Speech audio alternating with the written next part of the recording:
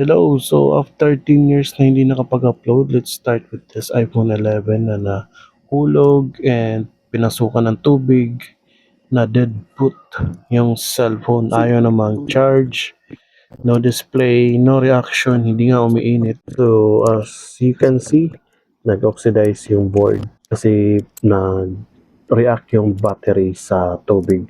So gagawin dito is basic troubleshooting na muna and obserbaran kung ano yung reaction ng cellphone. So, ang ginawa ko dito is manually scrubbing plus lighter fluid and hot air kasi para mag-deoxidize yung mga nasa loob pa ng board kasi layers kasi yung board and tawag dito is sandwich board. And next na ginawa ko, pinalitan ko na rin ng bagong battery kasi bloated na yung isang battery. Fortunately naman, gumana na power on. Wala naman abnormality ng temperature niya.